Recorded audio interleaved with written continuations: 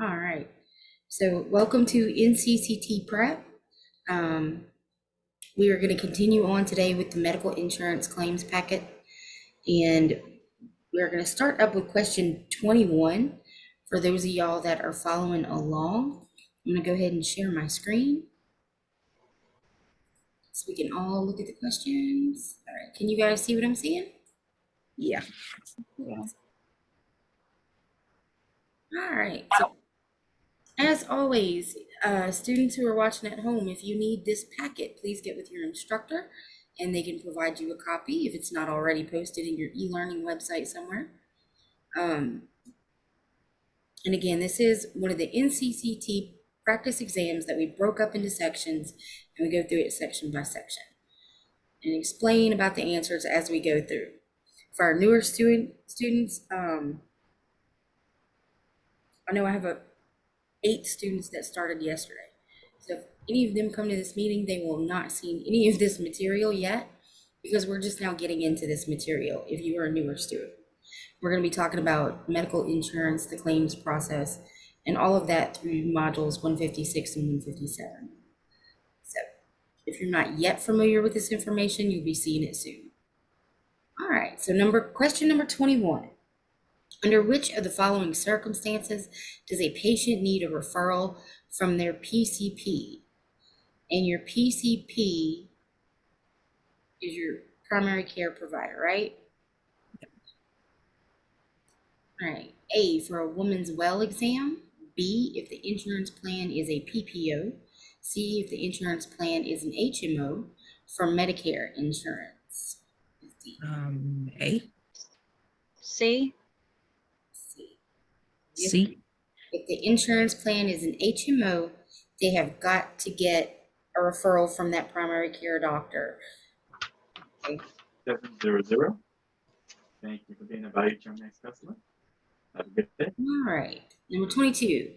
If in an HMO, plan members are required to obtain a referral to a specialist from the A, your primary care physician. That's Brian. B, your attending physician. C, Hey man, what's going on, man? physician. Somebody's got some background noise. Can we mute? Okay. Let's see if that helps. C, consulting physician, or D, rendering physician. A. That is correct. That is correct. Again, one of those questions that they're just mixing up the way they ask it. Which of the following physicians typically require a referral with an HMO or a POS policy? A, primary care. B, anesthesiologist. C, cardiologist, or D, pathologist. C. That is correct. Cardiologist. And that's going to go the same, guys, for, if your doctor's got to send you to a neurologist or an oncologist, cardiologist, any of those doctors that specialize in one area or organ, or they have a specific part of the body that they work on, generally there needs to be a referral. Number 24. A patient who has an HMO insurance policy goes to the urologist's office. Before the urologist will see the patient must have A, an advanced beneficiary notice. B, a pre-certification. C, a prior authorization, or D, a referral. D. Oh, come on, guys. Just got off. Lost my page. Okay. Moving me on. Yeah, D, referral. Again, same questions.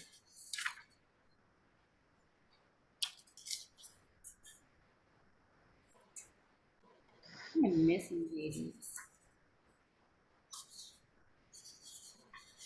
Miss Brandy. Yes, ma'am, Miss Yes. Crafton. Hi. I know with some of them, for that question, some of them you would need to have a prior authorization. So that's like a tricky one. It is a tricky one, actually. Yeah. And it depends, I think it's insurance dependent, right? Right, It depends on the patient's policy a lot of the times, guys. right. Because you know, some of them now, especially with a specialist, sometimes they want you to have a prior authorization. Right. I didn't know you popped in, Miss Crystal. Yeah, I've been on a little minute. Welcome, welcome. Yes. All right. So number 25, which of the following insurance types require a referral from a PCP in order to visit a specialist?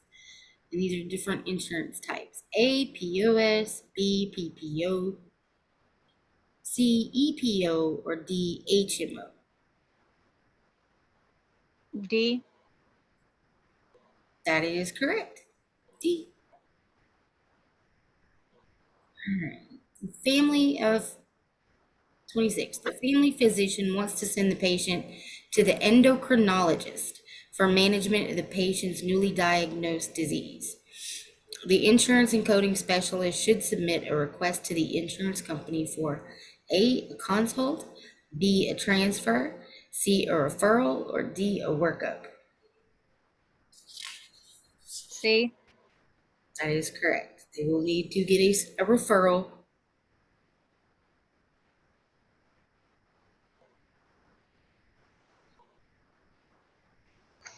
Yeah.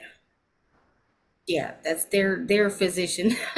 The way I read it, I thought they were saying the endocrinologist had to request it, but no. The patient's primary care doctor, the family physician, needs to request it, or their office needs to request it. Number 27, when a patient fills out an intake form upon registration, which of the following vital information is needed on the form in order for the provider to get proper reimbursement for services? A, the patient ID and address so that a bill can be sent to the patient. B, patient's bank account information with consent to withdraw visit cost at time of service. C, insurance information and a copy of the card so that a claim can be sent to the insurance carrier. Or D, an attached letter from the patient stating she will pay for the services at checkout. See That is correct. that one. That is correct. You know, and you could almost process of elimination on that one if you needed to. Number 28. The patient scheduled his appointment with the name Charles, but presented his insurance ID card with the name Charleston. Which of the following should the insurance and coding specialist use to complete the registration? A, Charles, B, Charleston, C, the name the patient uses on his driver's license, D, the name the patient prefers. B. That is correct. B, Charleston. You've got to, when you're entering in the patient's demographics, you enter in their demographics, right? You enter in their insurance information. When that system, when the software system generates a claim, it's pulling this information from all these different places where you've entered it in, right? So you want your information matching, and you want it to be correct and what's on that the driver's license, their legal name, because that's generally what their insurance is going to be under, is that legal name. All right. So which of the following items must be completed on a patient registration form? Select the 3 correct answers. And we remember about the 3 correct answers, right? You're almost guaranteed to see that on the exam. So we've got A, home address, B, chief complaint, C, insurance, D, date of birth, E, medical history. A, C, and D. All right. So you said A, that's correct. You got to have their home address. So insurance, of course, you got to have your insurance. That's C. And then D, their date of birth. You cannot file nor verify anything having to do with the insurance without a patient's date of birth. Okay, and that's a lot of the time why they look it up like that in the doctor's office. A lot of time, first thing they ask you for at the pharmacy, the doctor's office, wherever you're calling, date of birth, right? Yep. So got to have an accurate date of birth. So number 30, which of the following is true when collecting patients' copay? A, if the patient cannot afford the copay, Medicare can assist with making arrangements.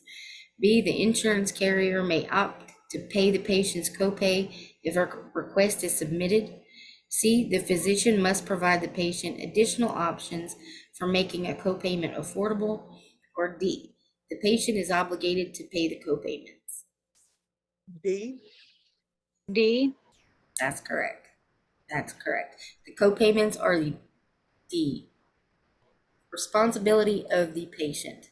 That is their part of their out-of-pocket expense for their medical care after their insurance and all that. I guess technically it's before the insurance because that's what they pay up front. All right, number 31. Which of the following should always be collected from the patient at the time of service? A, coinsurance, B, deductible, C, maximum out-of-pocket, or D, the copay? D. D, That's correct. D, the copay. Do you guys, are y'all clear on what coinsurance, deductible, and maximum out-of-pocket mean? Is co-insurance and copay like the same thing, or is it different? It's different. It's different. Your copay is the amount on some plans where if the plan is set up to have copayments, it'll cost you, you'll have a $20 copay to go to the doctor, right? So you'll go in and you'll pay $20. And your plan should cover most of the rest of that visit, unless you had some out of the ordinary extra test done or something like that. For a regular visit to your doctor, the plan will cover the rest of that. And if there's any out-of-pocket expense, you'll get a bill later on, if you were responsible for more than the copay. Now, your coinsurance, it's a little bit different. Same realm, but your coinsurance is the percentage that all right, when you have like an insurance plan that they say it's an 80-20 plan or a 60-40 plan or something like that, they're referencing your coinsurance amount. The insurance company is responsible for 80% or 60% or whatever. And then the other part is your coinsurance.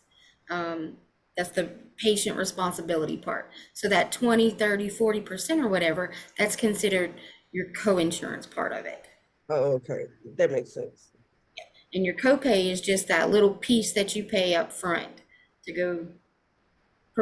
They have different copays for different services. Okay, does that make sense? Yes, ma'am. And y'all are good on deductible and maximum out of pocket? Your Yes, ma'am. maximum out of pocket is just the maximum that your insurance is going to make you pay in a year for medical coverage. I think mine is like $10,000, something like that. So even if I have like some crazy something, I'm only obligated to pay up to $10,000 as long as I'm seeing an in-network doctor, right? 32. According to the patient's insurance plan, the copay for an office visit is $20.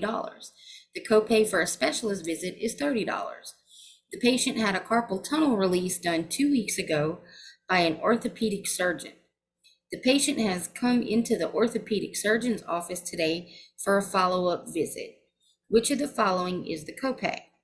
A, $0, B, $20, C, $30, or D, $50? C, $30. A, No, it's going to be C. It's going to be $30. An orthopedic surgeon is considered a specialist, so he gets specialist fees. The copay for the specialist visit is going to be $30. So which of the following is the best time to collect a copay from the patient? After the insurance has paid its portion, prior to services being provided, when checking the patient out after care, before another appointment is made? C. Let me see what they say the answer is, because I'll tell y'all something. And that's how Technically, we did it. the answer is B. Prior to service, That's what I thought. upon check-in, they generally collect that copay. They don't Yes. have money in hand. Okay. Now, I have been to doctor's office where either they forgot or they just do it at checkout. But most of them, and the correct answer is prior to services being rendered. Miss Barry agrees. Yes, it's best to get it before. Because you don't want to forget and then let that patient out the door without collecting that copay. Right. That's bad. That's bad if you do that. All right, so let's see. When filing a claim in an outpatient setting, which of the following forms should be used? A, UBO4, B, CMS 1500, or sorry, B, CMS 1500, C, Charge Master, D, Encounter. B. B.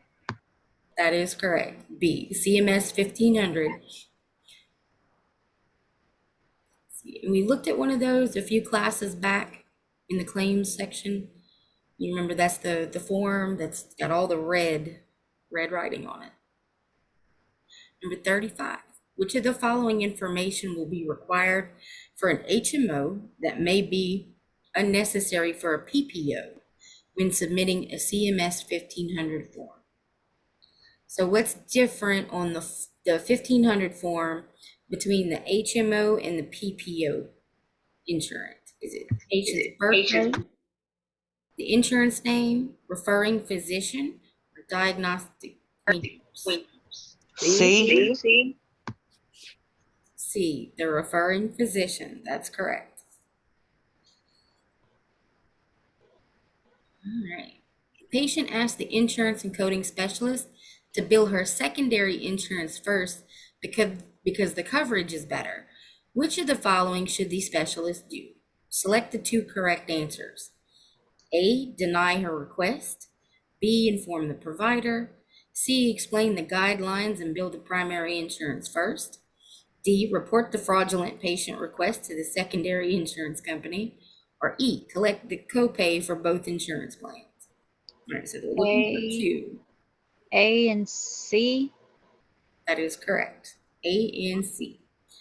So, excuse me. So, Brandy, with that, I've done that several times with my insurance. I have two insurances, my husband insurance and mine with Unitech. And depending on where I was going, if I was going, because my husband insurance copay is higher, but they have better services than the one that I have.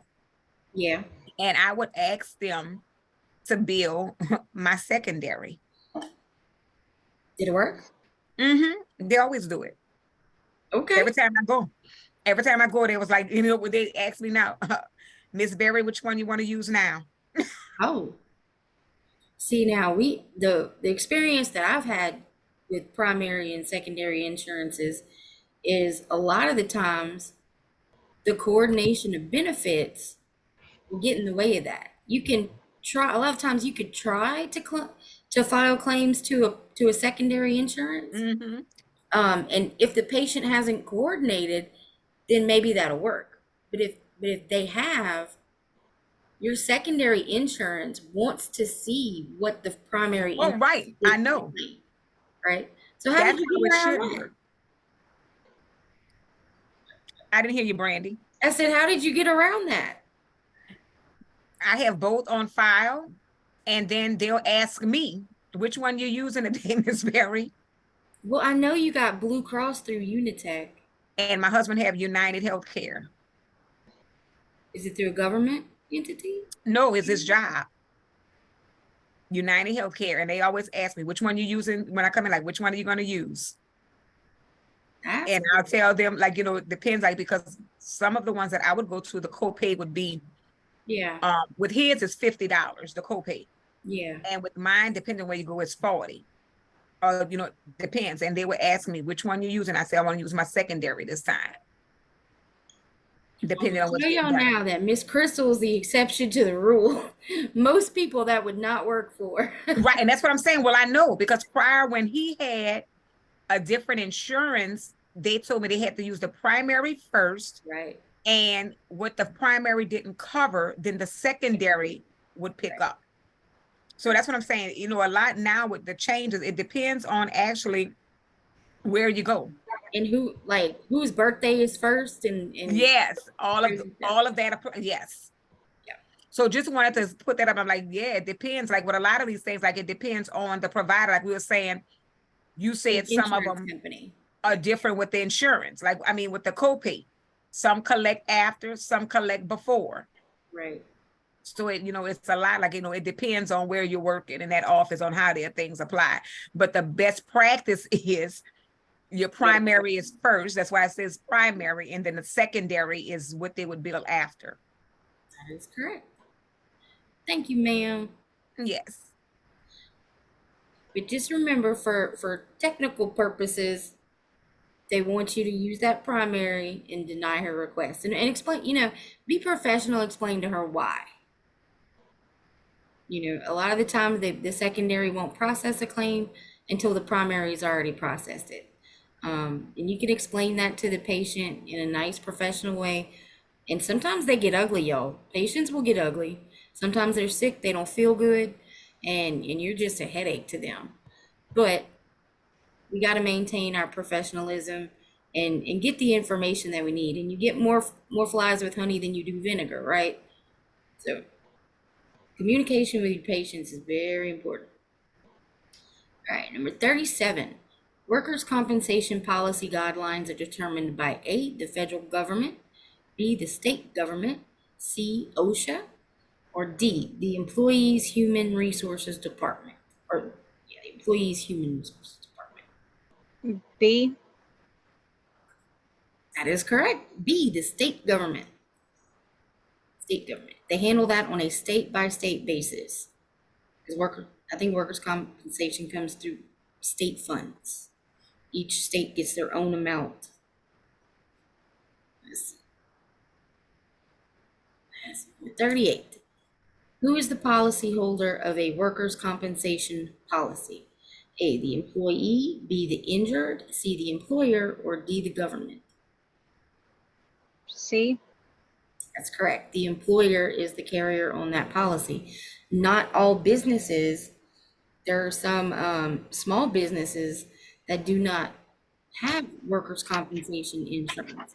So if you get hurt on the job, kind of stuck, you know, you could have to end up suing your employer. That's how some small businesses go under, because they don't carry that insurance, because it's expensive insurance.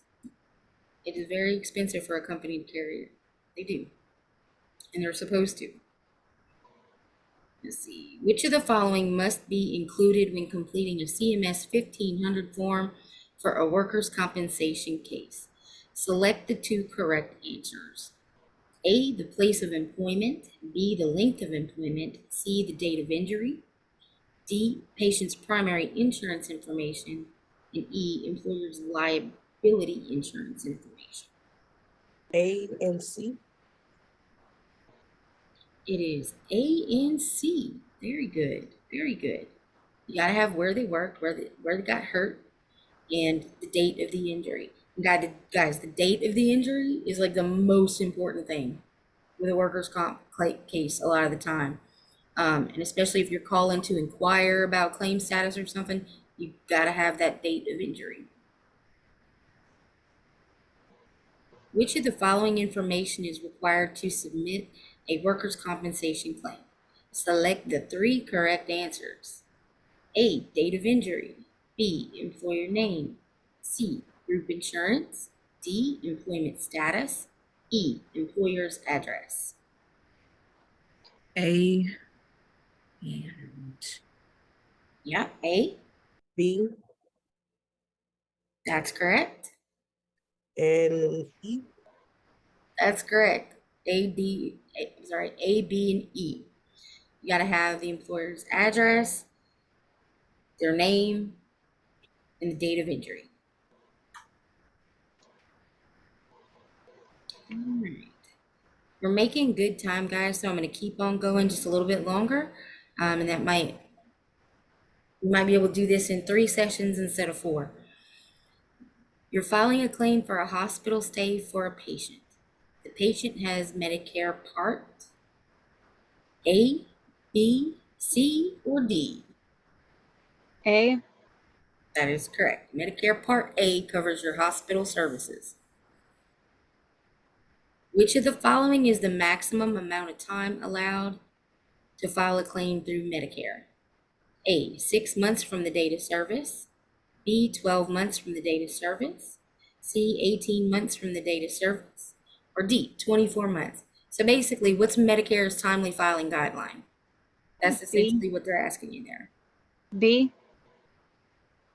B, it is. It is 12 months from the date of service. Most of your big carriers, you have a year to get that claim filed. Now, I will tell you this. If your office is working with any kind of efficiency, you better not go a year without filing that claim. Like, that's serious. In a well-oiled office, that claim's gonna go out within a couple of days of that date of service. It's gonna go out directly, okay? Depending on if they have to transfer those charges to an outsourced billing company or however, it's gonna go out soon. There's no way you should be hitting that year timely filing. Now, that being said, it does happen. It does happen. You'll have a patient come to the office, they'll present you a wrong insurance card. They'll their insurance card will, or their insurance will expire retroactively or something like that, to where they're not covered on that date of service. And you find out that all along they had Medicare, but it takes you a year to track down that patient because their phone got disconnected, they moved, they disappeared off the face of the earth.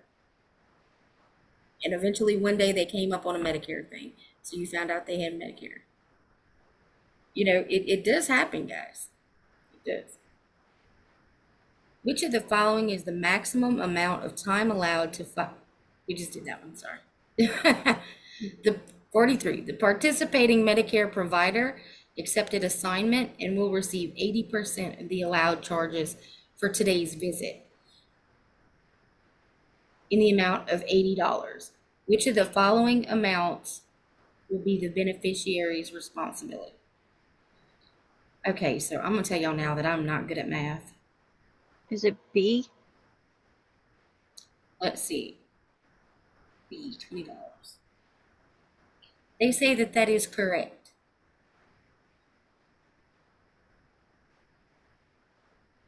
But that don't seem right. 80% of 80? I don't know. It's not $20. Mm-mm. 80 divided by 5 is what? 16? Yeah, the answer is D. Yeah. So we have, Yeah, I wasn't on mute. I was saying it's D. yeah, it's D. It is not B. It is D, y'all. So where did you get the 5 from? I'm kind of confused. Just I broke it down into fractions. Oh, okay. 20% of 100, 20 goes Oh. up 105 times. Yeah. So I know when something is 20, and I think about it when I'm shopping. Like I said, I'm really bad at math, but I think about it when I'm shopping. Like a lot of this stuff is 20 or 25% off, right? So I'm like, I'm trying to figure out what the sale price is. So I'm like, ooh, $20, 20%. So divided by 5 is $5 off, right? Something like that's how I have to make it make sense in my head because I'm just terrible at math. I'm just terrible. Me too. It's been a while for me. Yeah, look, y'all, I have a bachelor's degree. I went to college for 10 years to get a 4-year degree. My last 2 classes were my math classes and almost didn't graduate. 1 point.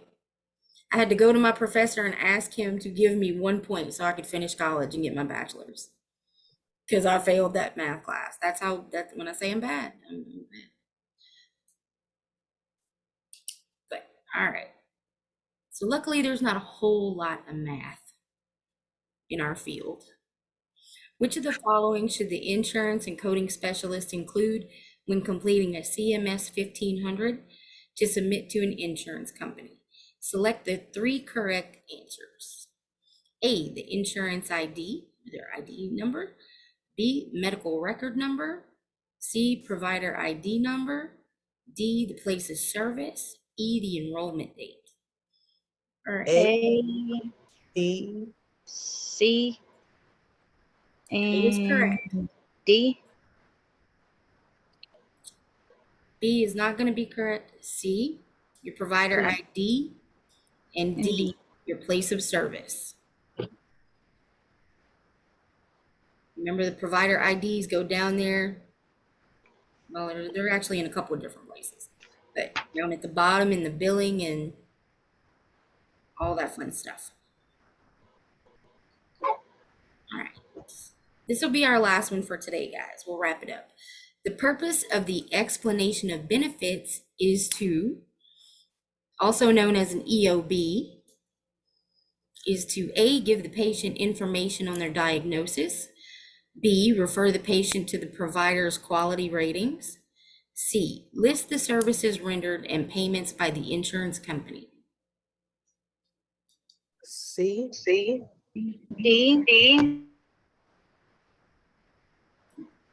Give the provider a way to communicate with the patient. No. A. Payment It's company. C. C. It's C. C. Okay. Make sure that's what they have. Yeah. C. Yeah. Your explanation of benefits is they usually send, when you file a claim and the insurance company processes it, whether they make a payment on that claim or not, they're going to send the doctor's office who filed the claim and the patient an EOB, explanation of benefits. And it's going to basically list out the services that the provider claimed they want payment for and what their determination was. How, if they paid, it'll list how much they paid. If there's more patient responsibility, it'll list that patient still owes money. Okay. If it's a not covered service and they deny the claim altogether, that'll be listed on there. And then down at the bottom somewhere, maybe on a second page or the back, usually they put a code. If there's, processed correctly, denied, non-covered, missing modifier, they'll have a little code or something. And you'll find the little legend, whether it's on the back or the bottom or wherever, and you'll read why they denied your claim. And then you proceed accordingly. You may have to call them, you may have to correct it and refile it. It really depends on the situation. But yeah, that's what your explanation of benefits does. It literally explains the benefits for those services in that patient.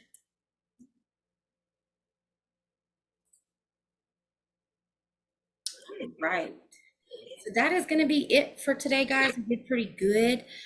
So we should be able to wrap this up next week. And then I think y'all are going to get a new host after that because y'all are going to move into some different stuff. But claims and insurance are my jam. So that's my happy spot. All right. Well, do y'all have any questions about anything that we talked about today? Insurance plans, EOBs, CMS 1500s, copays, deductibles, anything like that? Any questions? Any clarification on anything y'all need? no, ma'am. No? We good? All right, and like I said, for the new students, if y'all are not familiar with this stuff, y'all are about to be, because this is literally what we cover in 156 and 157, and then we'll hit on some more of it in 151. So here we go. All right, guys. Well, thank y'all so much for your time as always. I appreciate y'all coming, and y'all have an awesome day. You too. Bye. Thank you. You too.